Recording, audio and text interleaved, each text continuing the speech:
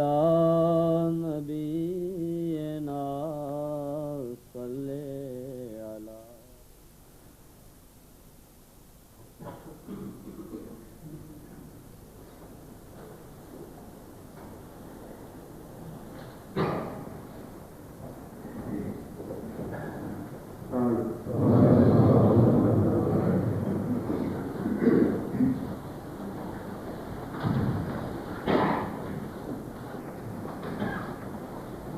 السلام علیکم ورحمۃ اللہ.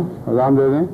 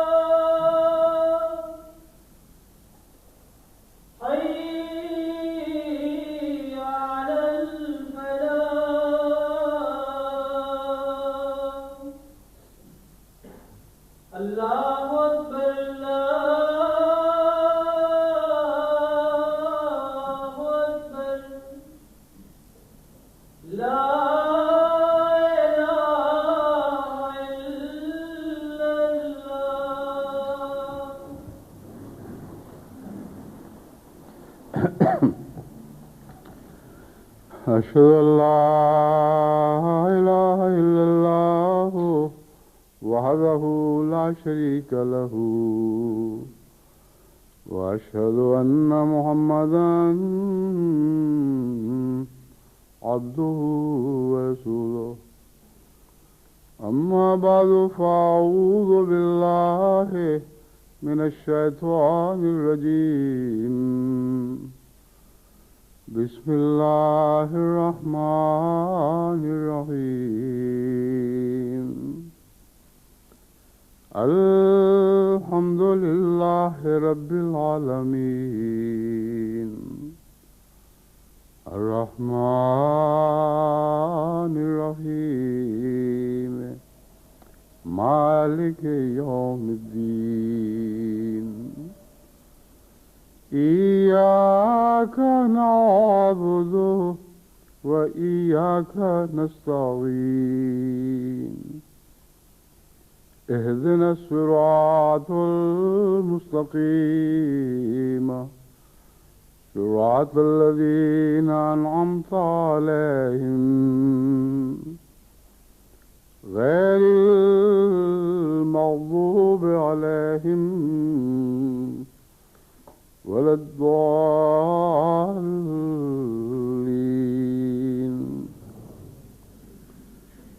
وعباد الرحمن الذين يمشون على الأرض هونا وإذا خاطبهم الجاهلون قالوا سلاما.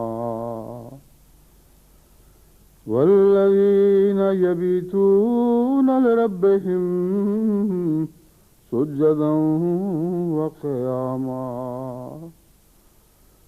والذين يقولون ربنا اصرف عنا عذاب جهنم إن عذابها كان غراما. إنها ساءت مستقرا ومقاما والذين إذا أنفقوا لم يسرفوا ولم يقتروا وكان بين ذلك قواما والذين لا يدعون مع الله إلها آخر ولا يقتلون النفس التي حرم الله إلا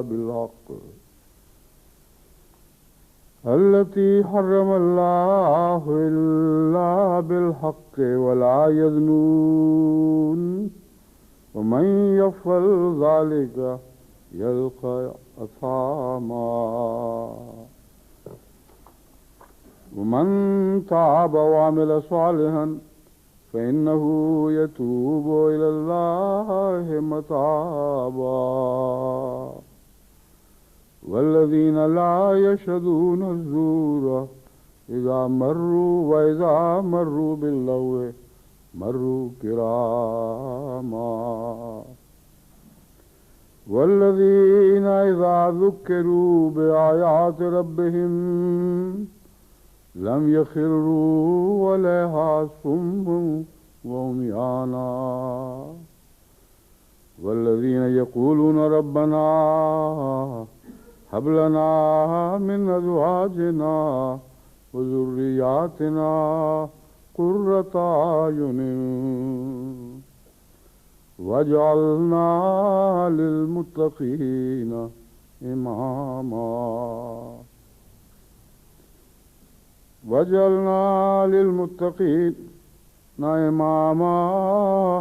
أولئك يجزون الغرفة بما صبروا ويلقون فيها تحية وسلاما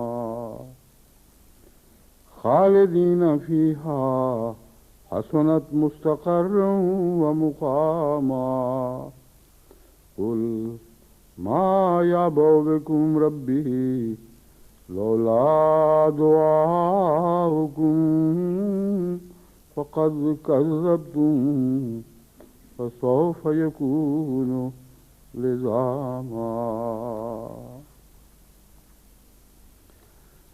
گزشتہ چند خطبات میں قل یا عبادی الذین اسرفوا علی انفسہم لا تقنطوا من رحمت اللہ کی آیات کے حوالے سے توبہ اور اللہ تعالیٰ کی طرف جھکنے کا مضمون بیان کیا جا رہا ہے، جس کا آخری نتیجہ یہ بیان فرمایا گیا ان اللہ یغفر الذنوب جمیعا، کہ اللہ تعالیٰ تمام تر گناہوں کو کلیتاً بخشنے کی طاقت رکھتا ہے، اور اگر وہ تمہاری توبہ کو قبول فرما لے تو پھر بے انتہا فضل ہیں جو تم پر نازل ہوں گے، اور اللہ کو تم غفور اور رحیم پاؤ گے، بخشنے والا اور بار بار رحم فرمانے والا۔ اس مضمون کے حوالے سے چند باتیں میں گزشتہ خطبات میں پیش کر چکا ہوں۔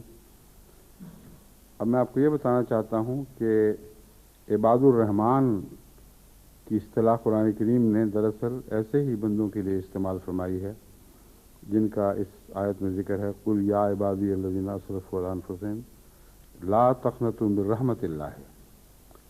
اللہ کی رحمت سے مایوس نہیں ہونا دراصل رحمانیت کی طرف حرکت کرنے کی طرف توجہ دلا رہا ہے۔ اگر مغفرت چاہتے ہو، اگر تمام گناہوں سے کلیتاً نجات چاہتے ہو، تو خدا کی رحمت سے تعلق جوڑے بغیر یہ ممکن نہیں ہے، اور جب خدا کی رحمت سے تعلق جوڑتے ہیں تو عباد الرحمن بنتے ہیں، رحمان خدا کے بندے۔ اور یہ کوئی فرضی بات نہیں ہے کہ آپ سمجھ بیٹھیں کہ ہم نے توبہ کر لی، اب ہم رحمان خدا کے بندے بن گئے ہیں۔ قرآن کریم نے تفصیل سے رحمان خدا کی بندوں کی علامتیں بیان فرمائی ہیں، جن میں سے ہر ایک ہمارے لیے کسوٹی ہے۔ اگر وہ ہم میں پوری اترتی ہے یا ہم اس کسوٹی پر پورا اترتے ہیں تو رحمان خدا کے بندے ہیں، اگر نہیں تو محض خیالات کی جنت میں بسنے کی کوئی بھی گنجائش باقی نہیں رہتی۔ بس کلام الہی اتنا کامل اور اتنی تفصیل سے مضامین کے ہر پہلو کو روشن کرنے والا ہے کہ کسی قسم کا کوئی بہام باقی نہیں چھوڑتا. بس بعض اور مضامین بھی اس سے تعلق رکھنے والے خدا نے توفیق دی تو میں بیان کروں گا، مگر آج میں عباد الرحمن کے حوالے سے قرآن کریم کی وہ علامتیں میں بیان فرمودہ وہ علامتیں آپ کے سامنے رکھتا ہوں جن کو دیکھ دیکھ کر آپ نے قدم آگے بڑھانے ہیں. جیسے مشکل راستوں پر جگہ جگہ نشان لگے ہوتے ہیں، اور تیر کا نشان رخ بتاتا ہے کہ یہ راستہ ہے، وہ راستہ نہیں، اور اگر نشان نہ لگے ہوں تو آپ بہکتے بہکتے کہیں سے کہیں پہنچ جائیں گے. روزمرہ کی ہماری جو خدام الانبیاء کی کھیلیں ہوتی ہیں، سائیکل ریس ہو یا پیدل لمبا سفر کرنا ہو، تو خدام بڑی محنت سے ایک دن پہلے وہ نشان لگا دیتے ہیں، اور ذرا آنکھ چوکی اور انسان کسی اور سڑک پر چل پڑا. تو قرآن کریم اتنا منظم نظام پیش کرتا ہے، اتنی حیرت انگیز منظم تعلیم پیش کرتا ہے کہ جگہ جگہ وہ نشان لگے ہوئے ہیں کہ دیکھو یہاں جا کر یہ اس طرف مور کرنا ہے، یہاں سے اس طرف مڑنا ہے، قدم بہک نہ جائیں، اپنا جائزہ لیتے رہو تم صحیح راستے پر ہو بھی کہ نہیں. تو وہ جو لمبی سڑک ایک عام انسان کی توبہ سے شروع ہو کر عباد الرحمن تک اس کو پہنچا دیتی ہے، اس کی یہ نشان ہیں جو قرآن کریم کی ان آیات نے آپ کے سامنے کھولے ہیں. اور پہلا نشان اس کا انکساری ہے، تکبر سے خالی ہو جاتے ہیں. اور یہ سب سے پہلے اس لیے رکھا کہ عبد بننے کے لیے تکبر سے کلیت نجات لازم ہے، کیونکہ کسی کے سامنے انسان کوئی بھی اپنا تکبر رکھتے ہوئے سر جھکا نہیں سکتا. اپنی بڑائی کا ادنا بھی تصور ہو تو کسی اور کے سامنے سر خم کرنے سے وہ کے رستے میں حائل ہو جائے گا. فرمایا وعباد الرحمن الذین یمشون علی الارض ہونا، وہ تو بڑی منکسر مزاجی کے ساتھ زمین پر چلتے ہیں، ان کے قدم رونق سے نہیں پڑتے، بلکہ ہر قدم پر وہ اپنا عجز دیکھ رہے ہوتے ہیں، اپنی کمزوری دیکھ رہے ہوتے ہیں. وَإِذَا خَاطَبَهُمُ الْجَاهِلُونَ قَالُوا سَلَامًا، اور جب جاہل لوگ ان سے خطاب کرتے ہیں تو سلام کہتے ہوئے گزر جاتے ہیں، ان سے الجھتے نہیں ہیں، ان کی بدی کا جواب بدی سے نہیں دیتے، بلکہ کہتے ہیں ہماری طرف سے تو سلامتی تمہیں پہنچے گی. یہ دو بنیادی صفات ہیں جہاں سے رحمانیت کے ساتھ تعلق جوڑنے کا سفر شروع ہوتا ہے. ہر انسان کو اپنے نفس کو کلیتاً ہر قسم کے تکبر سے خالی کرنا ہوگا، ورنہ عبد کا مضمون اس پر صادق آ ہی نہیں سکتا. اتنا کامل کلام ہے کہ بات کو وہاں سے شروع کیا جو لازماً پہلا دروازہ ہے، اس کے بغیر عباد الرحمن کے راستے میں داخل ہو ہی نہیں سکتے. ہونن پیدا کریں اپنے اندر، یعنی جھک کر خدا کے حضور عاجزی اختیار کرتے ہوئے سفر اختیار کرنا اور اپنے نفس کو کلیتاً بیچ میں سے مٹا ڈالنا، اور دوسروں کے لیے شر سے کلیتاً خالی ہو جائیں. کیونکہ وہ شخص جو ہر بات میں اپنے آپ کو عاجزی جانتا ہو،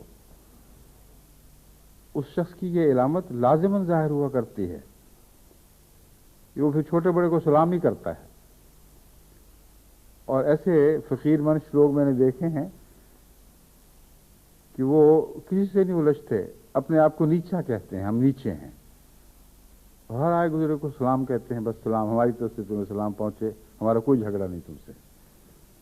تو بنی نوع انسان کے لیے خدا کے بندے عجز کے ساتھ ظاہر ہوتے ہیں اور سلام کے پیغام لیتے ہوئے چلتے ہیں. اسی لیے قیامت کے دن ان کو بھی یہی سلام کا پیغام ہے جو پہنچایا جائے گا. بس یہ دو شرطیں ہیں جن سے ہمیں لازماً مزین ہو جانا، سج جانا چاہیے: کامل عجز اور ہر قسم کے شر سے اجتناب. اب یہ دو شرطیں بھی اتنی مشکل ہیں، جتنی پیاری ہیں اتنی مشکل بھی ہیں. یعنی آئے دن روزانہ انسان سے کسی نہ کسی اور کو کوئی نہ کوئی شر پہنچ ہی جاتا ہے. بات چیت میں تو میں ہو جاتی ہے، دل آزاری کی باتیں منہ سے نکل جاتی ہیں، اپنی بڑائی کا کوئی کلمہ منہ سے نکل جاتا ہے، کسی کے اندر کوئی نقص دیکھتے ہیں تو بعض عورتیں تو ہنستی ہیں منہ پہ ہاتھ رکھ رکھ کر اور دوسری عورتوں کو اشارے کرتی ہیں کہ وہ دیکھو جی وہ کس قسم کی بدی چیز ہے، فلاں کا بچہ دیکھو، فلاں کی لڑکی دیکھو، فلاں کے کپڑے دیکھو، اور وہ سمجھتی ہیں کہ کچھ بھی نہیں، یہ تو ہم نے ذرا لطف اٹھایا ہے۔ مگر قرآن کریم کی یہ آیت بتاتی ہے کہ تم نے اپنے اوپر رحمان کی بندی بننے کے لیے دروازے بند کر دیے، کیونکہ رحمان کے بندوں کی یہ علامت ہے کہ عجز اختیار کرتے ہیں، جو عجز اختیار کرے وہ تو سب سے نیچا ہوگا، اس کو دوسرے کی کمزوری پر ہنسنے کا موقع کیسے ہاتھ آئے گا؟ بس ہنسی اپنی جگہ منع نہیں فرمائی، مگر تکبر کی ہنسی منع فرمائی ہے، جہاں دوسرے کو اب نیچا دیکھ کر رعونت کے ساتھ اس کی ایسی کمزوریوں پر ہنستے ہیں جو بسا اوقات اس کے بس میں ہی نہیں ہوا کرتی، اور پھر ایسے آدمی سے ضرور کوئی نہ کوئی شر ضرور دوسروں کو پہنچتا ہی رہتا ہے۔ بس سلام کا یہ مطلب صرف نہیں ہے کہ کسی جاہل نے آپ سے سختی کی بات کی تو آپ نے سلام کہہ دیا اور گزر گئے، یہ دونوں باتیں مربوط ہیں، عادت میں یہ بات داخل ہو تب یہ بات پیدا ہوتی ہے، ورنہ اگر عادت میں یہ بات نہ ہو کہ میں نے خیر ہی پہنچانی ہے تو رستہ چلتے کوئی آوازہ کیسے دیکھیں اب کیسے الٹ کے اس کے جواب دیں گے، ہو ہی نہیں سکتا آپ رک سکیں۔ یہ خدا تعالیٰ نے انسانی فطرت کی گہرے راز بیان فرمائے ہیں، ان کو معمولی کلام نہ سمجھیں، اپنے نفس پر اس کا اطلاق کر کے دیکھیں، روزمرہ اپنا امتحان تو لے کے دیکھیں، چلتے پھرتے کوئی آوازہ کیسا غضب سے آپ اس پر پلٹتے ہیں، اور بعض دفعہ اس کے نتیجے میں شدید نقصان اٹھا بیٹھتے ہیں، لڑائیاں ہو جاتی ہیں، قتل ہو جاتے ہیں۔ تو یہ عادت جب تک مزاج میں داخل نہ کر لی جائے، ایک قاعدہ کلیہ نہ بن جائے، اس وقت تک یہ صفات پیدا نہیں ہوا کرتی، اور اس کا آغاز عجز سے ہوگا۔ اب نیچے آدمی کو اوپر والے کہتے رہتے ہیں، کبھی وہ سر نہیں اٹھاتا بیچارہ، وہ آنکھیں نیچی کر کے ہر بات برداشت کرتا چلا جاتا ہے، مگر اللہ تعالیٰ نے یہاں یہ فرمایا عباد الرحمان ہونے کے لحاظ سے تم یہ کرتے ہو، اس لیے جو جتنا ذلیل بنتے ہو اگر اس کی خاطر بنتے ہو تو وہ ضرور تمہیں عزت دے گا اور اپنے بندوں میں شمار کر لے گا۔ بس بندہ اپنی ذات میں تو کچھ بھی حیثیت نہیں رکھتا، کوئی اس کی ملکیت نہیں رہتی، مگر اگر مالک طاقتور ہو، مالک عظیم ہو، تو پھر دوسروں کی مجال نہیں رہتی کہ اس کی طرف آنکھ اٹھا کے دیکھیں۔ تو فرمایا تم اپنے مالک نہ بنے پھرنا، اپنے مالک بن کر چلو گے تو اس دنیا میں تمہارا گزارا ہو ہی نہیں سکتا، تم سے زیادہ طاقتور، زیادہ سخت مزاج، زیادہ ظالم لوگ موجود ہیں، اور ساری دنیا کا مقابلہ تم کر ہی نہیں سکتے۔ ایک ہی طریق ہے، غلام بن جاؤ، اور جس کے غلام بنو وہ رحمان ہو، جس نے کائنات کو پیدا کیا ہے، جس نے قرآن کریم سکھایا، اس رحمان کے بندے بنو، تو پھر کچھ علامتیں ہیں جو تمہارے اندر ظاہر ہوں گی، وہ یہ ہیں کہ تم عاجزی کے ساتھ چلو گے، لوگوں کی باتوں کی کچھ پرواہ نہیں کرو گے، پھر صبر سے کام لوگے، اور رحمان کی وجہ سے، اس میں رحمان کی شان کا پیش نظر رکھنا داخل ہے۔ یہ بتاتا ہے یہ کلام کہ ایرا غیرہ کی اولاد اگر بدتمیزی سے بات کرے، بد اخلاقی سے پیش آئے، تو اس کا نقص وہیں تک رہتا ہے، لیکن اگر ایک بڑی عظیم انسان کا بچہ ہو اور وہ ایسی باتیں کرے تو اس کو غضب پہنچتا ہے، لوگ اس پر انگلیاں اٹھاتے ہیں۔ تو پیغام یہ ہے کہ دیکھو، رحمان خدا کی عزت کا لحاظ رکھنا، تمہارا اٹھنا بیٹھنا ایسا ہو کہ جس کے نتیجے میں رحمان کی عظمت دلوں پر ظاہر ہو، پتہ چلے کہ کتنے عظیم انسان کے یہ بندے ہیں جو چل رہے ہیں، اور وہ تکبر سے نہیں، وہ عجز ہی سے ظاہر ہوگا۔ تو یہ صفات رحمان کے تعلق میں اگر انسان اپنے اندر پیدا کر لے تو ان کا پیدا کرنے کا آغاز مشکل نہیں ہے، اس کو اپنے آخری نقطہ عروج تک پہنچانا مشکل ہے، لیکن اس کے حل بھی قرآن کریم نے پیش فرمائے ہیں۔ تو سب سے پہلے اپنا یہ امتحان ہمیں شروع کر دینا چاہیے کہ ہم رحمان خدا کے نام پر کوئی دھبا تو نہیں بن جاتے. رحمان خدا جس کے غلام کہلا کے پھر رہے ہیں دنیا میں، اس کی شان اور اس کی عزت پہ کوئی حرف تو نہیں لاتے. اور اس پہلو سے بہت ہی انکساری کے ساتھ زمین پر وقت گزارتے ہیں، عز کے ساتھ وقت گزارتے ہیں کہ ہماری وجہ سے کسی طرح ہمارے آقا کے نام پر حرف نہ آئے اور اس کی طرف ہمارے اب کا منسوب ہونا جائز قرار ٹھہرے، ناجائز نہ بن جائے. یہ لوگ سلامتی کا مجسم پیغام بن جاتے ہیں،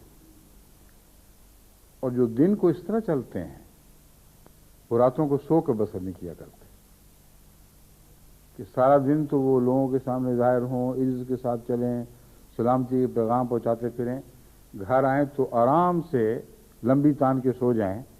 اس کا مطلب ہے کہ جو وہاں تھا وہ دکھاوا تھا، وہ کسی رحمان خدا کی خاطر نہیں تھا. کیونکہ جب کوئی نہیں دیکھ رہا تو ان کا رحمان خدا سے تعلق ختم ہو گیا. اس لیے دوسری آیت نے اس مضمون کو پوری طرح مکمل حفاظت دے دی ہے کہ عباد الرحمان راتوں کو جب کوئی ان کو نہیں دیکھ رہا ہوتا اپنی رحمانیت سے اخذ کی ہوئی صفات کی حفاظت کرتے ہیں، اور دن کو جو لوگوں کے سامنے جھکتے ہیں وہ خدا کی خاطر جھکتے ہیں، ان کو سجدے نہیں کیا کرتے. جہاں تک روح کے سجدے کا تعلق ہے، جہاں تک حقیقی اطاعت کا تعلق ہے، فرمایا والذین یبیتون لربہم سجدا وقیاما. یہ وہ لوگ ہیں جو راتیں جاگ جاگ کر خدا کے حضور سجدے کرتے ہوئے اور احترام کے ساتھ کھڑے ہو کر گزار دیتے ہیں. تو صاف پتہ چلا کہ ان کا دنیا کے سامنے جھکنا ان کی بزدلی یا ذلت کے نتیجے میں نہیں ہے، رحمان خدا سے تعلق کے نتیجے میں ہے. اور جب اس کے سامنے کھڑے ہوتے ہیں تو سجدہ اسی کو کرتے ہیں، کسی غیر اللہ کو نہیں کرتے. اور جب اس کے سامنے کھڑے ہوتے ہیں تو کامل احترام کے ساتھ کھڑے ہوتے ہیں، اور یہ کہتے ہیں اس وقت والذین یقولون ربنا اصرف عنا عذاب جہنم ان عذابہا کان غراما. یہ عرض کرتے ہیں کہ اے ہمارے رب، ہم سے جہنم کا عذاب ٹال دے، دور فرما دے. ان عذابہا کان غراما، بہت بڑی تباہی ہے. جہنم کا عذاب تو ایسی چٹی ہے جس کے بوجھ تلے ہم پیسے جائیں گے. بس اس مضمون کا تعلق بھی عجز سے، بھی ایک طرف عجز سے ہے، دوسری طرف اس حقیقت سے ہے کہ وہ جانتے ہیں کہ وہ دوبارہ اٹھائے جائیں گے. ان کا کامل ایمان ہوتا ہے مر کر دوبارہ اٹھنے پر، اور اگر مر کر اٹھنے پر ایمان نہ ہو تو دنیا میں وہ اصلاحات جو عباد الرحمان سے توقع کی جاتی ہیں وہ ان کو نصیب نہیں ہو سکتی. یہ مرکزی نقطہ ہے اس مضمون کا کہ تم آخرت پر ایمان رکھو اور یقین جانو کہ تمہارا محاسبہ کیا جائے گا. بس محض ایک منطقی عقلی رستہ نہیں ہے جو خدا تک پہنچائے گا. بعض ٹھوس حقائق ہیں جو پیش نظر ہوں تو پھر تمہارا خدا کی طرف سفر آسان ہو جائے گا. ایک سفر کا جو مقصد ہے وہ کسی اچھی چیز کو حاصل کرنا ہوتا ہے، اور ایک سفر کا مقصد کسی بری چیز سے بچنا ہے. تو یہ دونوں محرکات قرآن کریم نے بیان فرمائے ہیں، اسی لیے ہر نبی کو بشیرم و نذیرہ فرماتا چلا جا رہا ہے، مبشرم و نذیرہ، کہ وہ انسان کے اندر دونوں جذبے، یعنی حرص کا جذبہ، طمع کا جذبہ، کچھ حاصل کرنے کا جذبہ، ان کو بھی پیش نظر رکھتے ہیں نصیحت کے وقت، اور خوف کا جذبہ، یہ ڈر کہ ہم کسی مصیبت میں مبتلا نہ ہو جائیں، اس جذبے کو بھی پیش نظر رکھتے ہیں. تو فرمایا یہ لوگ رحمان خدا سے محبت اور تعلق رکھتے ہوئے اس کے سامنے جھکتے ہیں، مگر خوف بھی رکھتے ہیں کہ اگر ہم سے کوئی کوتاہی ہوئی تو پھر قیامت کے دن ہم سے پوچھا جائے گا، ہمارا حساب کتاب ہوگا. بس وہ لوگ جو خدا تعالیٰ سے تعلق اور ان رستوں پر قدم مارنے کو مشکل سمجھتے ہیں، ان کو یاد رکھنا چاہیے کہ یوم آخرت پر یقین کے بڑھنے کے ساتھ یہ مشکل آسان ہو جاتی ہے، کیونکہ وہ شخص جو شیر کو دیکھ لے یا کسی اور خوفناک جانور کو دیکھ لے وہ اس سے دوڑتا ہے، اور تھکا ہارا بھی ہو یہ کہہ کر بیٹھ رہا ہو کہ اب تو مجھ سے ایک قدم نہیں آگے اٹھایا جاتا، شیر دیکھے گا تو وہی قدم ہلکے ہو جائیں گے، اس قدر تیزی سے دوڑ پڑتا ہے بعض دفعہ کہ آدمی حیران رہ جاتا ہے۔ تو جو مخفی طاقتیں ہیں انسان کی جو دبی ہوئی ہیں، جن کو عام حالتوں میں انسان استعمال میں نہیں لاتا، خوف کے نتیجے میں وہ ایک دم بیدار ہو جا کرتی ہیں، طمع کے نتیجے میں بھی ہوتی ہیں، مگر خوف کے نتیجے میں ان میں پینک آ جاتی ہے، ہراساں ہو کر وہ دوڑتے ہیں۔ بس فرمایا جہنم کا خیال ان کے اعمال اعمال کو صحت بخشتا ہے، ان کے اعمال کی بہترین تشکیل کرتا ہے، ہر اس چیز سے بچیں گے جس سے ان کو خطرہ ہو کہ وہ جہنم میں داخل کیے جا سکتے ہیں۔ تو یہ جو منفی پہلو خوف کا ہے یہ بھی عباد الرحمن بننے کے لیے لازم ہے کہ پیش نظر رہے، اور جتنا یقین ہوگا اس حقیقت پر کہ ہماری جواب طلبی ہوگی اتنا ہی گناہ سے خوف آنے لگے گا، خواہ وہ کتنے ہی خوبصورت دکھائی کو نہ دیں۔ ایسے درخت جو بہت ہی خوبصورت اور دلکش ہوتے ہیں لیکن کانٹے دار ہوتے ہیں، آپ ہاتھ بڑھا کر ان کا پھول نہیں توڑنا چاہتے کیونکہ ادھر ہاتھ بڑھایا ادھر زخمی ہو گیا، لیکن جہاں پھول بھی زہریلے ہوں یا جانور ہو جو سانپ کی طرح زہریلا اور کیسا ہی خوبصورت رنگوں میں بنا ہوا ہو، اب اس کی طرف ہاتھ نہیں بڑھا سکتے۔ تو گناہ کی حقیقت اگر اس کے عذاب کے حوالے سے معلوم کی جائے پھر انسان کے لیے اس سے بچنا آسان ہو جاتا ہے۔ اگر کسی گناہ کے ساتھ لطف کا تعلق ذہن میں آپ باندھے رہیں اور اس کے عذاب کا پہلو نظر انداز کر دیں تو پھر گناہ پر دلیری ہوگی۔ اس لیے خدا تعالیٰ نے فوری طور پر یہاں مضمون کے شروع ہی میں بیان فرما دیا کہ جو خدا کے حضور اٹھتے ہیں، گریہ وزاری کرتے ہیں، جھکتے ہیں، اس میں صرف محبت کا پہلو نہیں رہتا، کیونکہ محبت کے پہلو کے نتیجے میں بعض دفعہ انسان دلیر بھی ہو جایا کرتا ہے۔ کرم ہائے تو مارا کرد گستاخ، اپنے محبوب کو ایک شاعر کہتا ہے کہ تیرے کرموں نے تو ہمیں گستاخ بنا دیا ہے، تو اتنا مہربان ہے کہ پکڑتا ہی نہیں، تو اس کے نتیجے میں گستاخی ہو جاتی ہے۔ بچے جن کو لمبی ڈھیل دی جائے، جس سے محبت ہی کی جائے اور ان کو ناراضگی کا خوف کبھی دامنگیر ہی نہ ہو، پتہ ہی نہ ہو کہ یہ کیا ہوتی ہے، بڑے بدتمیز اور آزاد ہو جاتے ہیں اور منمانی کرتے پھرتے ہیں، پھر ساری زندگی ان کی برباد رہتی ہے۔ تو طمع اور خوف یہ دو پہلو لازماً انسانی تربیت کے لیے دو پہیوں کی طرح ہیں، ایک پہیے کو نکال دیں تو ایک پہیے پر گاڑی چل نہیں سکتی۔ قرآن کریم فرماتا ہے وہ اٹھتے ہیں محبت سے، وہ اپنا مقام سمجھتے ہیں، جانتے ہیں کہ جس سے ہم محبت کر رہے ہیں اس میں پکڑنے کی بھی طاقت ہے۔ وہ آیت جس میں جو میں نے پہلے آپ کے سامنے رکھی تھی اس میں انہ هو الغفور الرحیم کے ساتھ خدا تعالیٰ یہ بھی فرماتا ہے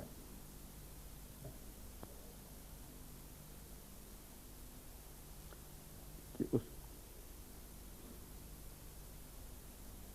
اور تقول حين ترى العذاب لو ان لي كرة فاكون من المحسنين، کہ اللہ تعالیٰ گناہ بھی بخشتا ہے، اس کا عذاب بھی بڑا سخت ہے، اس کی پکڑ سے کہ تصور سے لوگوں کی جان نکلتی ہے، اور دعائیں یہ کہتے ہیں جب عذاب کو دیکھتے ہیں تب ان کو سمجھ آتی ہے کہ انہوں نے کیا بے احتیاطیاں برتی تھیں، بس محض غفور الرحیم سمجھ کر آپ قدم نہیں اٹھا سکتے، خدا کی طرف قدم نہیں اٹھا سکتے جب تک یہ نہ سمجھیں کہ وہ ذل قابل شدید ہے، وہ سخت عقوبت بھی کر سکتا ہے۔